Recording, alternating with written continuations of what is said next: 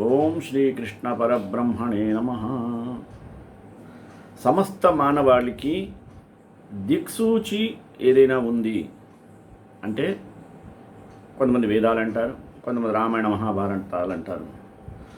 కానీ ఈ కాలానికి ప్రపంచవ్యాప్తంగా గుర్తించబడి ఆచరించబడి అనువైనటువంటిది ఏదైనా ఉందా అంటే ఉన్నటువంటి ఒకటే మార్గం గీతా మార్గం, అదే శ్రీమద్ భగవద్గీత. మానవ జాతికి కావలసినటువంటి ఎన్నో విషయాలను కూలంకషంగా చర్చించటానికి అనువైనటువంటి మార్గనిర్దేశనం చేయగలిగినటువంటి ఒక శక్తి కేవలం భగవద్గీతకు మాత్రమే ఉంది. వ్యాస మహర్షి మరి ఇలా ఏ సందర్భంలో ఏ భక్తిభావంతో రాశాడో కానీ భగవద్గీతలో లేని అంశాలు ఇంకెక్కడ ఉండవు. భగవద్గీత ఇంకా ఎంత గొప్పదంటే ఆధునిక కాలంలో కావలసినటువంటి అనేక విషయాలను గురించి కూడా మనం తెలుసుకోవడానికి ఎన్నో ఉదాహరణలు మనకి కనబడతాయి భగవద్గీతలో. ఏదో మనం కురుక్షేత్ర సంగ్రామంలో శ్రీకృష్ణ భగవానుడు అర్జునుడికి గీతోపదేశం చేశాడు అని ఒక రోజుల్లో ఒక అపోహ ఉండేది. ఇప్పుడే అందరూ ప్రపంచవ్యాప్తంగా ఆశ్చర్యం, మన భారతదేశం గొప్ప కాదు, రష్యా లాంటి దేశంలో కూడా భగవద్గీతకు ఎంత ప్రాధాన్యత ఇచ్చారో ఈ మధ్యకాలంలో తెలుసుంటుంది. ఆస్ట్రేలియా, జర్మనీ లాంటి దేశాల్లో అయితే స్కూల్ స్థాయిలోనే పిల్లలకి భగవద్గీత నేర్పిస్తారు. ఎందుకంటే భగవద్గీతలో లేని అంశాలు ఇంకెక్కడ లేవు.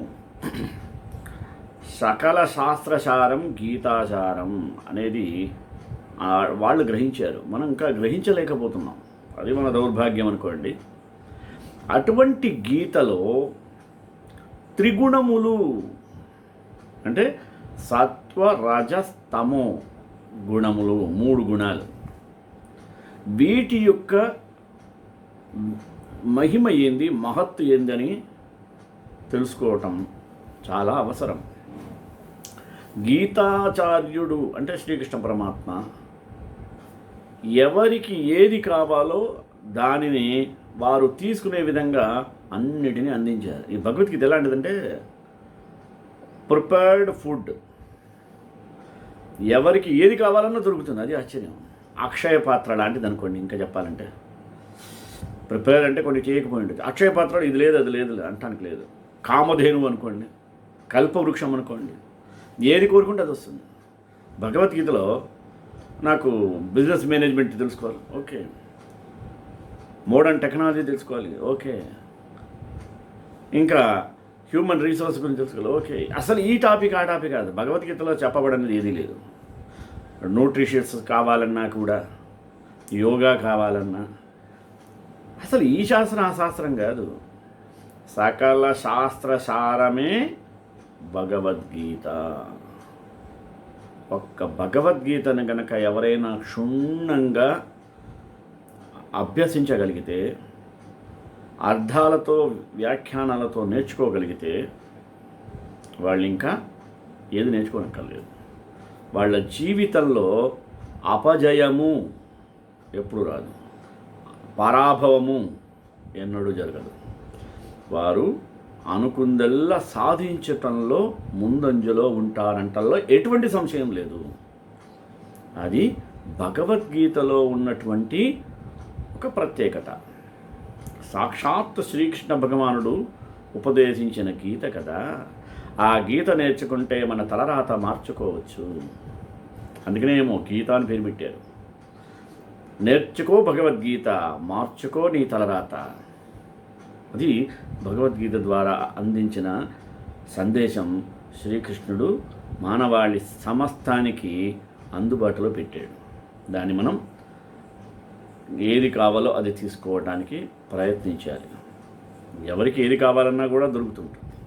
అటువంటి భగవద్గీతలో ఈనాడు మనం తీసుకున్నటువంటి అంశం ఏంద్రా అంటే త్రిగుణములు భగవద్గీత అనే అంశం మీద మీకు ముందు తీసుకురావడం ఉద్దేశం అంటే భగవద్గీతలో ఎన్నో రకాలు ఉన్నాయి. వాటిలో ఈ సత్వరజస్తమో గుణాల వల్ల కలిగేటువంటి ప్రయోజనాలను గురించి మనం కూలంకషంగా చర్చిద్దాము. మొదటగా ప్రార్థన. వసుదేవసుతం దేవం కంసచాణూరమర్దనం దేవకీ పరమానందం కృష్ణం వందే జగద్గురుం. భగవద్గీత యందు బోధింపబడిన ప్రధాన విషయము సర్వస్థూల సూక్ష్మములపైనను ప్రకృతికి అనగా త్రిగుణములకు గల ప్రభావం అనేది విషయమే. ప్రకృతి ప్రభావం ఎంత బలీయమైనదో సుస్పష్టము చేయుటకు ఉద్దేశింపబడినది ఏదైనా ఉందంటే అది భగవద్గీతే. మరియు తత్వమసి అను పదమును వ్యక్తికి సంబంధించినంత వరకు ప్రకృతి ప్రభావమునే తెలుపుచున్నది కదా. గీత ఎందలి ప్రాథమిక బోధన ఎంతయు ప్రకృతి ప్రభావం వలననే సంసారమనగా సృష్టి స్థితి లయములు అనుస్యూతముగా సాగుచున్నదని తెలుస్తుంది మనందరికీ. ప్రభావ పరిధిని అతిక్రమించమనుటయే గుణాతీతుడవు కమ్మనుటయే ఈ భగవద్గీతలో ఉండేటువంటి కీలక బోధ. ప్రకృతి అందులో 3 గుణముల కార్యములను స్థూలముగా చెప్పుకుంటే సత్వము జ్ఞానకారకం, రజస్సు గతిశీలత మరియు కామకారకం కూడా, తమసు మాంద్యశీలి అజ్ఞానకారకము. అందుకని గీతలో పురుష ప్రకృతిస్థో హి భుంక్తే ప్రకృతిజాన్ గుణాన్ కారణం గుణసంగోస్య సదసద్యో నిజన్మసు అన్నాడు. పరాప్రకృతి రూపముకు పురుషుడు కార్యరూపముగా పరిణమించిన అపరాప్రకృతి ఎందున్నవాడై అనగా దేహాత్మభావమును పొందినవాడై సుఖ దుఃఖ మోహాది రూపములను ప్రభవించు ప్రకృతి యొక్క గుణలక్షణాలను పొందుచున్నాడు. ఓకే. మరియు ప్రకృతి యొక్క ప్రభావము చేతనే భిన్న భిన్నములకు మనుష్య పశు పక్షి క్రిమికీటకాదుల యోనుల యందు జన్మలను పొందుచున్నాడు. సత్వం రజస్తమయితి గుణాః ప్రకృతి సంభవాః నిబధ్నంతి మహాబాహో దేహే దేహినమవ్యయం. భౌతిక ప్రకృతి సత్వరజస్తమో గుణములనడి 3 గుణములను కలిగి ఉంటుంది. నిత్యుడైనటువంటి జీవుడు ప్రకృతితో సంపర్కము నొందినప్పుడు మాత్రమే ఈ గుణములచే బంధింపబడతాడు. జీవుడు దివ్యుడైనందున వాస్తవానికి ప్రకృతితో ఎట్టి సంబంధము లేనివాడే. అయినప్పటికీ భౌతిక జగత్తు యందు అతడు బంధితుడగుట వలన భౌతిక ప్రకృతి త్రిగుణములను అనుసరించి ప్రవర్తిస్తుంది. జీవులు ప్రకృతి గుణములను అనుసరించి వివిధ దేహములను పొందుట వలన ఆ గుణములను అనుసరించే వర్తిస్తుంటారు. ఇట్టి ప్రవర్తనమే వారి సుఖ దుఃఖాలకు కారణమగుచున్నది. అందుకనే తత్ర సత్వం నిర్మలత్వాత్ ప్రకాశకమనామయం సుఖసంగేన బధ్నాతి జ్ఞానసంగేన చానఘా. సత్వగుణము మిగిలిన 2 గుణముల కన్నను పవిత్రమైనదగుటచే ప్రకాశమానమై మనుజుని సర్వపాప ఫలముల నుండి ముక్తిని చేస్తుంది. ఆ గుణాల్లో స్థితిని కలిగిన వారు సుఖము చేతను మరియు జ్ఞానము చేతను బద్ధులగుదురు. భౌతిక ప్రకృతిచే బద్ధులయ్యేటి జీవులు పలు రకాలుగా ఉంటారు. వారిలో ఒకడు సుఖిగా కనపడుతుంటాడు, వేరొకడు క్రియాశీలిగా మనకు కనపడుతుంటాడు, మరి ఇంకొకడు నిస్సహాయునిగా ఉంటాడు. మనస్సునకు సంబంధించినటువంటి ఇట్టి భావములే ప్రకృతి యందు జీవుల బంధమునకు కారణమగులుచున్నవి. జీవులు ఎట్లు వివిధ రీతులుగా బంధితులగుదురో చెప్పబడినది. సత్వగుణమును అలవరుచుకునుట వలన మనుజుడు ఇతర గుణముల వారి కన్నను బుద్ధిమంతుడవుతాడు. ఈ జగత్తులో సత్వగుణాభివృద్ధి యొక్క ఫలము ఇదియే. అట్లు సత్వగుణాన్ని వృద్ధి చేసుకొనని వాడు భౌతిక కష్టాలను అంతగా అనుభవించి తీరాల్సిందే. అదే చేసుకునేవాడు వీటికి దూరంగా ఉంటాడు.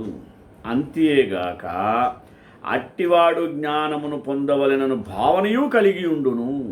అట్లు సత్వగుణములు కలిగిన వానికి ఉదాహరణము బ్రాహ్మణుడు. అనగా బ్రాహ్మణుడైన వాడు సత్వగుణమునందు స్థితుడై ఉండవలెను. సత్వగుణమునందు సుఖభావనకు మాత్రం మనుజుడు తాను దాదాపు సర్వపాపముల నుండి ముక్తిని పొంది ఉన్నానన్న అవగాహనయే ప్రధాన కారణంగా గోచరించాలి.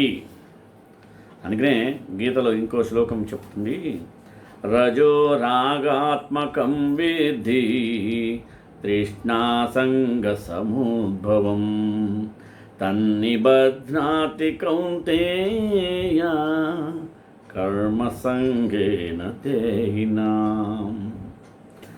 అపరిమితమైన కోరికలు మరియు ఆకాంక్షల వలన రజోగుణము ఉద్భవిస్తుంది. దీని కారణమునే జీవుడు కామ్యకర్మలతే బద్ధుడవుతున్నాడు. అసలు స్త్రీ పురుషుల మధ్య గల ఆకర్షణ ఉందే, అది రజోగుణ లక్షణము. బాగా గుర్తుపెట్టుకోండి. స్త్రీ పురుషుల మధ్య వచ్చే ఆకర్షణకి అనగా స్త్రీ పురుషుని ఎడ ఆకర్షణ కలిగి ఉండుట మరియు పురుషుడు స్త్రీ ఎదుట ఆకర్షింపబడుట అనేది రజోగుణానికి ప్రధాన లక్షణం. ఇట్టి రజోగుణము అధికమైనప్పుడు మనుషుడు భౌతిక సుఖాలను కోరుకుంటూ ఇంద్రియ సుఖాన్ని పొందాలని అనుభవించాలని అనుకుంటాడు. ఇటువంటి ఇంద్రియ సుఖము కొరకు రజోగుణమునందున్నవాడు సంఘమునందు లేదా దేశమునందు గౌరవాన్ని, సుఖ సంసారమును, చక్కని సంతానాన్ని, భార్యని, గృహమును కోరుకుంటాడు. ఇవన్నీ రజోగుణము నుండి పుట్టినవే. ఇట్టి విషయములకై ప్రాకులాడునంత కాలం అతడు అధికంగా శ్రమింపవలసి వస్తుంది. కనుకనే రజోగుణమునందున్నవాడు తన కర్మఫలముల ఎడ రతుడై ఉండి ఆ కర్మలచే బంధితుడగునని ఇచ్చట స్పష్టంగా తెలుపబడినది. పుత్రమిత్ర కళత్రాదులను సంతోషపరచాలని, తన గౌరవాన్ని నిలుపుకోవాలని అతడు సదా కర్మల్లో నిమగ్నుడై ఉండాల్సి వస్తుంది. దీన్ని బట్టి ఏంది, భౌతిక ప్రపంచమంతయు ఇంచుమించుగా రజోగుణమునందే ఉన్నదని చెప్పవచ్చును. రజోగుణ దృష్ట్యా నవనాగరికత అభివృద్ధి నొందినట్టు పరిగణింపబడినను వాస్తవానికి సత్వగుణాభివృద్ధే ప్రగతిగా పరిగణింపబడును. తమస్త్వజ్ఞానజం విద్ధి మోహనం సర్వదేహినాం ప్రమాదాలస్య నిద్రాభిః తన్నిబధ్నాతి భారత. తమోగుణము మాంద్యశీలి అజ్ఞానకారకమునై ఉన్నది. తమస్సనగా చీకటి అను అర్థమును గలదు. ఒక వస్తువునకు స్వప్రకాశము లేని వస్తువునకు ఎడల అది చీకటి అందే ఉంటుంది. విచక్షణము, జ్ఞానము, శాంతము, ప్రసన్నత లేకుండుటయే చీకటి. దీనిని అజ్ఞానం అనాలి. రజోగుణము తన సహజముకు భ్రాంతి జ్ఞానం వలన ఒక వస్తువును మరొకటిగా దర్శించి భావింప, తమోగుణమునకు ఆ భ్రాంతి జ్ఞానం కూడా ఉండదు. చీకట్లో తాడును చూసి పాము అనుకోవటం రజోగుణ ప్రభావం. తమోగుణం అది కూడా ఉండదు.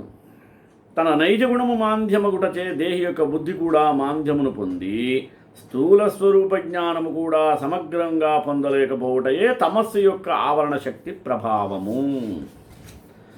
బుద్ధిమాంద్యం వలన విచక్షణారహిత నిర్ణయములు తీసుకొనుట, ఆ నిర్ణయమును ఒక కర్తవ్యతాభావంతో గాక ఒక ఉద్వేగముతో ఆవరించుట మున్నగనవి సంభవిస్తూ ఉంటుంది. ఇది మూడవ శ్రేణికి చెందిన జీవధర్మములే. కనుక బంధకారకములే, అంటే బంధింపబడడానికి కారకములే. ఈ 3 గుణముల వలన సంభవము జీవధర్మములను సమ్మిశ్రములై కూడా ప్రకాశింపబలవు గాని కేవల రజమునో లేదా రాజసమునో తామసమునో ప్రదర్శింపవు. అందుకనే అన్నాడు, అప్రకాశో ప్రవృత్తిశ్చ ప్రమాదో మోహ ఏవచ తమస్యేతాని జాయంతే వివృద్ధే కురు నందన. తమో గుణమునకింకను తమో గుణానికి వృద్ధిచే అవివేకము, మాంద్యము, పొరపాటు అనగా మతిభ్రంశము, మూఢభావమును సంభవమవుతుంది. ఇంతవరకు త్రిగుణముల యొక్క శక్తులు దేహియందు జీవధర్మమును ఎట్లు కలిగించి కర్మల జయించి కర్మ బీజముల సృష్టించి జన్మలకు కారణమవుతున్నదో మనం సామాన్యంగా తెలుసుకున్నాం కదా. మానవుని మస్తిష్కముపై ఈ గుణములు చూపు ప్రత్యేక భావమును దైవాసుర సంపదలుగా విభజించి ప్రత్యేక వివరణతో కూడా చెప్పారు. అంటే godly and demonly endowments are given special consideration and emphasis. దైవాసుర భావయోగం. దంబోదర్పోతిమానశ క్రోధః పారుష్యమేవ చ అజ్ఞానం చాభిజాతస్య పార్థ సంపదమాసురీ. తన యందు లేని గొప్పతనాన్ని ఉన్నట్టు ప్రగల్భములు పలుకడం, ధన ధాన్య పుత్ర కళత్రాదుల వలన కలుగు మదము, తన గౌరవమునందు అభినివేశమును, దురాగ్రహము, నీరస వచనముల యొక్క ప్రయోగము, కర్తవ్యమునందు యుక్తాయుక్త విచక్షణ లేకుండటం అనేటువంటి జీవగుణములు కలుగుతుంది.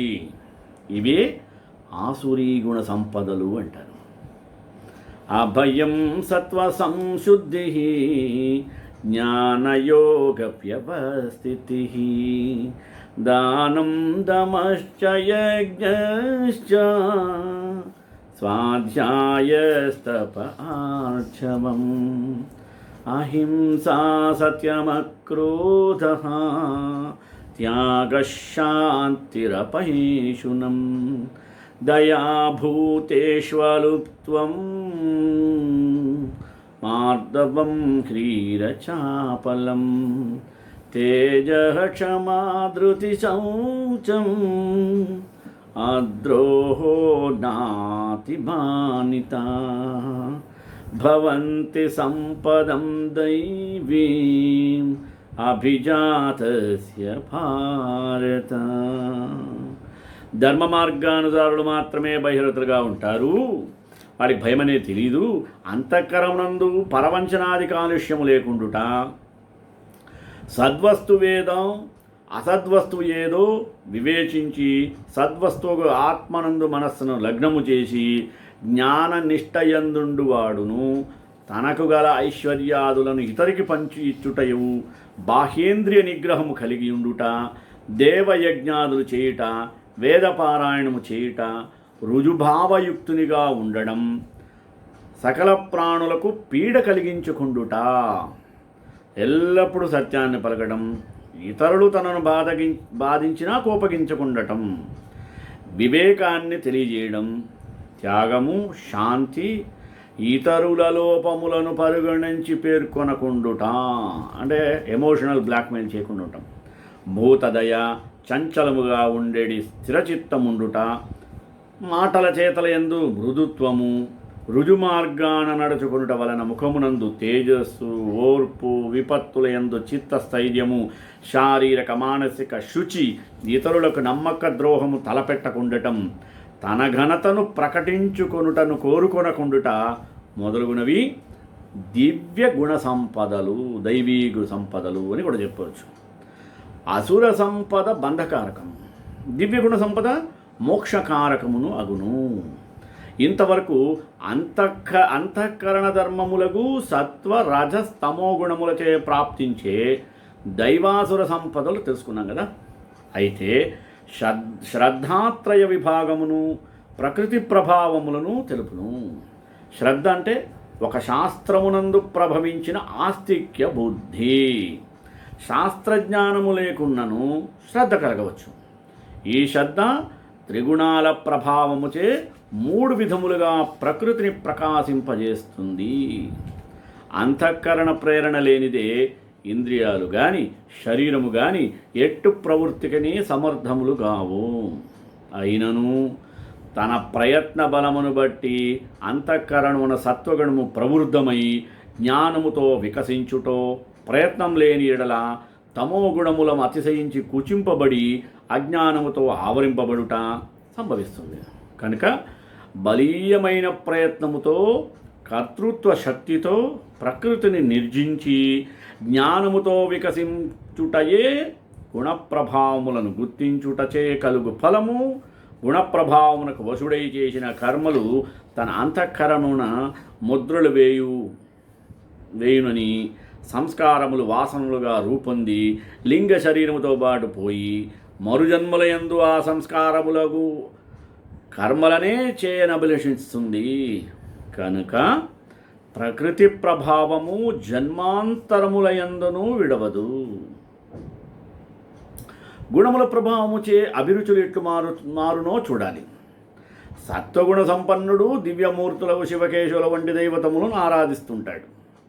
తమో గుణ ప్రాధాన్యుడకు వాడినిసడు పోలేరమ్మ, నాంచారమ్మ, నూకాలమ్మ మొదలగు క్షుద్ర దేవత ఆరాధన కోరుకుంటాడు. శ్రద్ధాత్రయమనగా సత్వ రజస్తమస్సులను 3 ప్రకృతి శక్తుల వలన మానవుని మనస్సునందు కలిగడి కర్తృత్వ శక్తి ఎట్లు భేదించును. ఈ శక్తిని సత్వగుణముచే ప్రభావితము చేసిన అంతఃకరణ ఎట్లు రూపొందుతుంది. మనస్సును రజోగుణముచే ప్రభావితం చేయుటకే ప్రయత్నం అయాచితంగా అకర్తృకముగా స్వచ్ఛందంగానే వచ్చి సంక్రమిస్తుంది కదా. కనుక దీనిని జయించటానికి మాత్రమే కర్తృత్వ శక్తి ద్విగుణీకృతముగా ఆవశ్యకమవుతుంది. కాగా త్రిగుణములకు నిత్యావసరమగు మన ఆహారమునకు సంబంధమును ఈ శీర్షిక క్రిందకే వస్తుంది. ఈ విధముగా త్రిగుణాత్మకమైనటువంటి విశేషాలను చక్కగా చెప్పబడింది ఈ భగవద్గీతలో. ఆయుస్సత్వ బలారోగ్య సుఖ ప్రీతి వివర్ధనా రస్యా స్నిగ్ధా స్థిరా హృద్య ఆహారా సాత్విక ప్రియా. ఆయు ప్రమాణమును పెంచినవి, జీవనమును పవిత్రమునొచ్చినవి, బలాన్ని, ఆరోగ్యాన్ని, ఆనందాన్ని, తృప్తిని కలిగించేవి ఆహారములే సత్వగుణ ప్రధానులకు ప్రియమైనవి. అట్టి ఆహారాలు ఎలా ఉంటాయి? రసపూర్ణములుగాను, పుష్టికరములు అంటే బలాన్ని ఇచ్చేవి, ఆరోగ్యకరములుగాను, మనస్సుకు ప్రీతిని కలిగించేవిగా ఉండును. కట్వాంల లవణాత్యుష్ణ తీక్షరోష విధాహిన ఆహార రాజసస్యేష్ట దుఃఖశోకమయ ప్రదా. కారము, ఉప్పు, పులుపు, గాఢముగా నుండి సుకోష్ణముగాక అతివేడిగా ఉండు పదార్థాలు తీక్ష్ణ గుణమును అనగా ఉత్తేజకరమైనందున వేడి చేయునని అందుచే రూక్ష అనగా పొడి, ఆరిపోయి ఎండిపోయినట్లు శోషభావను కలుగుచేయు మద్యముల వంటివి ఆవతో చేర్చబడిన పదార్థముల యందును రజోగుణ సంపన్నునకు ప్రీతి. ఇక చక్కగా పచనముగానట్టు లేదా నిలువ ఉంచుటచే సారము ఎగిరిపోయినట్టిది చద్దివి అనగా క్రిందటి రోజున పతనము చేయబడినవి, కుళ్ళుట ప్రారంభమైన దుర్గంధము ప్రసరించునవి. ఇలాంటి ఆహారాలు తమోగుణ ప్రధానము వానికి అభిలషణీయములు. ఈ ఇష్టానిష్ట భావములు ఒకని మనోధర్మలను సూచించుంటుంది కదా. యాతయామం గతరసం పూతిపర్యుషితం చయత్ ఊచిష్టమపి చామేద్యం భోజనం తామస ప్రియం అన్నాడు. ఇక యజ్ఞయాగాదులు సత్కార్యములే అయినను కర్త యొక్క మనస్తత్వం బట్టి అనగా సత్వరజస్తమస్సులలో అతని మనస్సునందు ఏ వివృద్ధి అయి ఉన్నాయో దాని ప్రభావమును బట్టి ఆ క్రియ యొక్క పారమార్థికను నిర్ణయింపబడును. ఒక క్రతువును తనకు ఫలమును అపేక్షింపకనే సర్వమానవ శ్రేయస్సునే ధ్యేయముగా నుంచి శాస్త్రవిధిని అనుసరించి చేసిన ఎడల అది సాత్వికమనబడుతుంది. ఫలమును తన సొంత ప్రయోజనమునకు ఉద్దేశించో ఇతరులు తనను ప్రశంసింపవలైనను భావముతో బూటము కొరకు చేయడం జరిగిన ఎడల అది రాజస బుద్ధి. ఇక తామస కార్యమెట్టిదనిన మంత్రహీనముగను శాస్త్రవిధికి విపరీత ప్రక్రియల చేతన భోజన దక్షిణాదులతో భూత సంతోష సంతృప్తులేకయే చేయబడు కర్మ తామసికమవుతుంది. కనుక ఒక వ్యక్తి అతని యొక్క శ్రద్ధను బట్టి బుద్ధితో జ్ఞానం సంపాదించుకున్నట్టుకు చేయే కర్మలన్నీ సాత్వికములు. స్వార్థమును ఉద్దేశించి ఫలమును అపేక్షించి చేయు క్రతువులు కర్మలు రాజసములు. ఇచ్చట ఆదాన ప్రదానములు ప్రముఖాలు. తానొకటి ఇచ్చుట మరొక దాన్ని అభ్యసించుటయే రాజస్వభావ రహస్యం. ఇక తమోగుణం ప్రబలుగా ఉన్నవారు వ్యాధులు అరిష్టములు కలిగించు క్షుద్రదేవతలు విషాతాలు తమకు అపకారం కలిగించవద్దును ప్రార్థనలతో తామసజన ప్రీతికరములకు మద్యమాంసాదులతో జీవహింసతో ఆ క్షుద్రదేవతలు సంతృప్తిపరుస్తుంటారు. దానము చేయటందు ఈశ్వరార్పణ బుద్ధితో చేయనది సాత్విక దానం. ఇతరుల ప్రశంసను అభిలషించి చేయనది రాజసం. దేశకాల అవసర పరిగణింపక అపాత్ర భేదాలను వివేచించగా నిందాపూర్వకంగా ఒక త్రాగుబోతుకో 10 రూపాయలు ఇచ్చడం వంటిది తామసపూర్వక దానము. ఇక తపస్సు విషయానికి వచ్చామనుకోండి, నిర్మలమైనటువంటి మనస్సుతో వాక్కును నియంత్రించుకొని ఇంద్రియాలను నిగ్రహించుకొని చిత్తశుద్ధితో స్వార్థ చింతన లేనిది యొక్క తపస్సు సాత్వికము. తాను సాధువునని అనిపించుకొననగు కోరికతో ఇతరులు తనకు పాదపూజాదులు చేసి సత్కరించవలన ఆకాంక్షతో చేయనది రాజతపస్సు. ఇతరులకు కీడు కలిగించును ఉద్దేశంతో చేయనది తామసిక తపస్సు. ఇక సన్యాసము త్యాగముపై త్రిగుణ ప్రభావం ఎలా ఉంటుంది సన్యాసం మీద? ఆశాన యజ్ఞ దాన తపస్సులేగాక సన్యాసము త్యాగము అనునవి కూడా ఈ త్రిగుణములచే వాటి విలువలు స్వరూపాలు మార్పు చెందుతుంటుంది. ఎట్లయినా 3 విధ కర్మలు మాత్రం వదిలివేయరాదు, అనగా సన్యసింపకూడదు అని అవి త్యాగము.